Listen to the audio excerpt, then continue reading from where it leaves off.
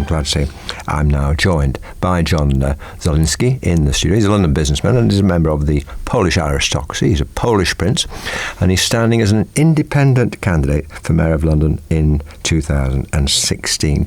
Good to see you. Thank you very much, Steve, for being. Thank you for inviting me. Pleasure. Now, just elaborate on this a little bit for me, on your views about why you think that we think less of Polish people than we should do. Okay. 2 points.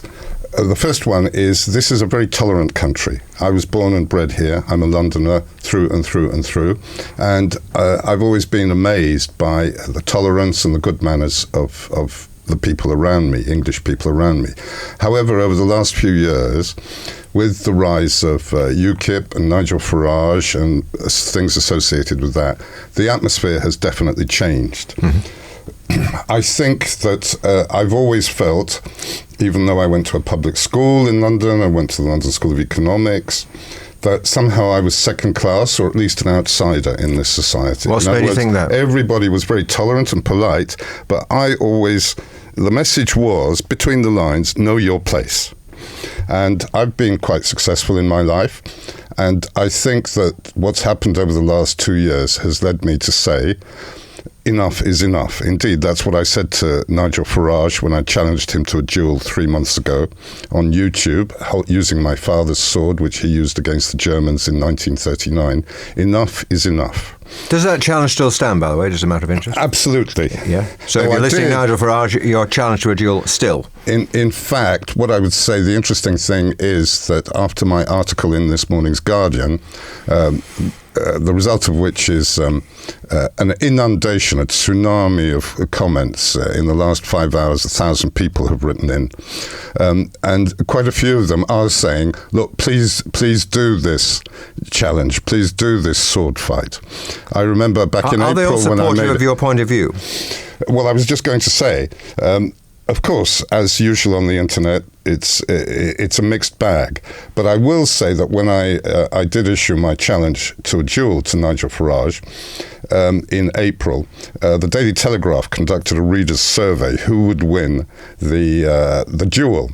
And Nigel Farage or the Polish Prince. And 83% of Telegraph readers supported me. Well, let's put that to one side for a minute and come to the substantive issue we're talking about here, and that's your allegation that in certain parts of this country there is xenophobia. What makes you say that? Give me examples. Okay. A Polish young man on a motorbike turned up at a pub in the East End of London, a bit further actually, further out, Dagenham, and he was beaten up by 15 English young men. The police were called. Mysteriously, the CCTV in the pub that day wasn't working. It had broken down. And there were no witnesses to what had happened, apart from the fact that this guy was beaten black and blue. We are currently, I've got a whole team of people out there collating statistics on hate crimes against the Poles. It numbers thousands every year. Why do you think this is There are no Polish hate crimes against the English. We love this country. We want to be loved too. I love this country. I was born here. So why are you being attacked, both verbally and physically, in your view? This is a tiny proportion of people in this country. Only 4 million people voted for UKIP. That's less than 10% of this country. In day-to-day experiences, in their daily life, English people, and in fact all nationalities in this country, generally speaking, overwhelmingly like the Poles, support the Poles, are grateful for their work ethic, etc., etc., etc.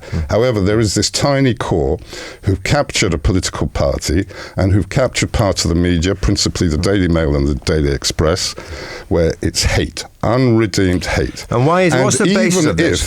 Just one tiny last point. Even if Poles were totally banned from getting any benefits whatsoever, in work, out of work benefits, I'll tell you, that antipathy towards the Poles would still be there. Okay. The benefits excuse is just that, an excuse. I suspect that is at the core of some of it. People, rightly or wrongly, see Polish people, amongst other communities, coming here just to take advantage of the benefit system. They see Polish workers coming here, taking the jobs of tradespeople in particular, of plumbers, of plasterers, of electricians, etc. They see Polish people are perhaps not always paying tax, in common with a lot of other people, I should add. So that's the charge sheet, if you like. That's what I perceive as a problem. I'm not saying I agree with it for a single second, but I perceive that as a problem. Is that, in your view, what it's all about? In my view, that has nothing to do with it. As I said, it's just an excuse. Even if every single Pole paid their taxes, which is unlikely because no entire population on this planet pays their taxes. Polish people, generally speaking, are quite good. Even if they got no benefits, they would still want to come here because it's the difference between making 4 times as much as they would in Poland and with the benefits 4.5 times as much. But you're calling them out on strike this Thursday because you say, and you've said in this article, we don't appreciate the huge input they make to the economy. Now tell us about that huge input to the economy. Let me say, I am not organising this strike.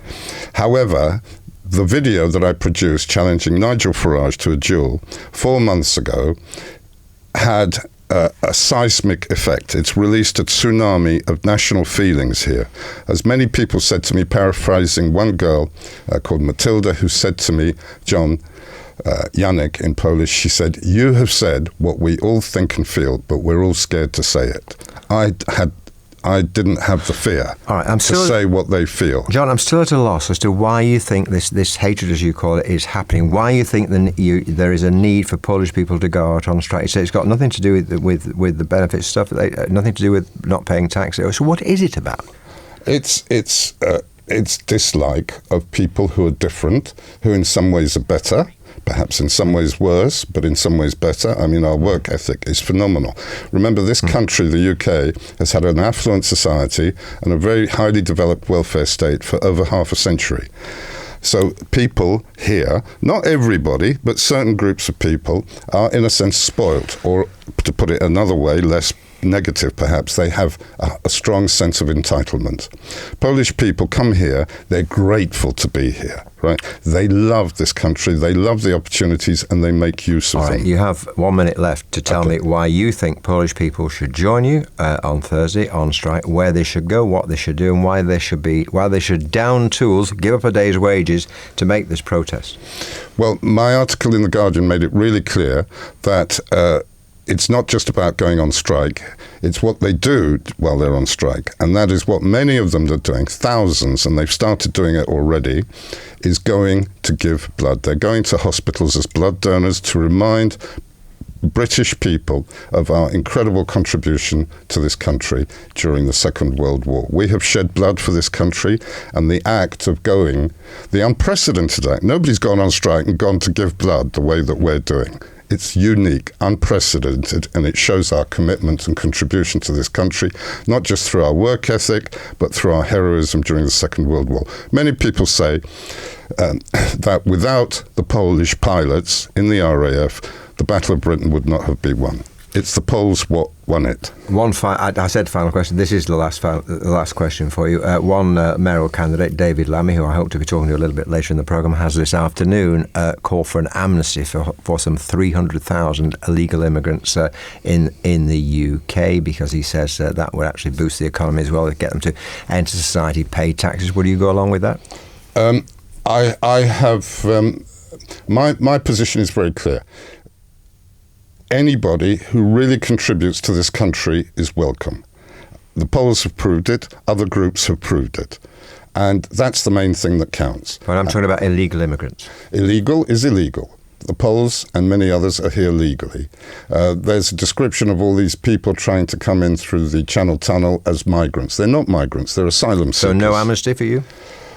I don't know, I'd have to think about it. But people need to contribute, then they can be accepted and respected. I'd just make that general point. John, thanks very much indeed for your time. That was John Żyliński, who is, amongst others, calling on Polish people here in the UK, particularly in London, to go out on strike on Monday because of a lack of appreciation of their input to the country's economy and indeed its entire fabric. John arguing very eloquently, if I may say so, that Polish people made a great contribution and, of course, had a great role to play in the Second World War, and in certain parts of the country are being treated as second-class citizens. I wonder if you are Polish, whether you share those views.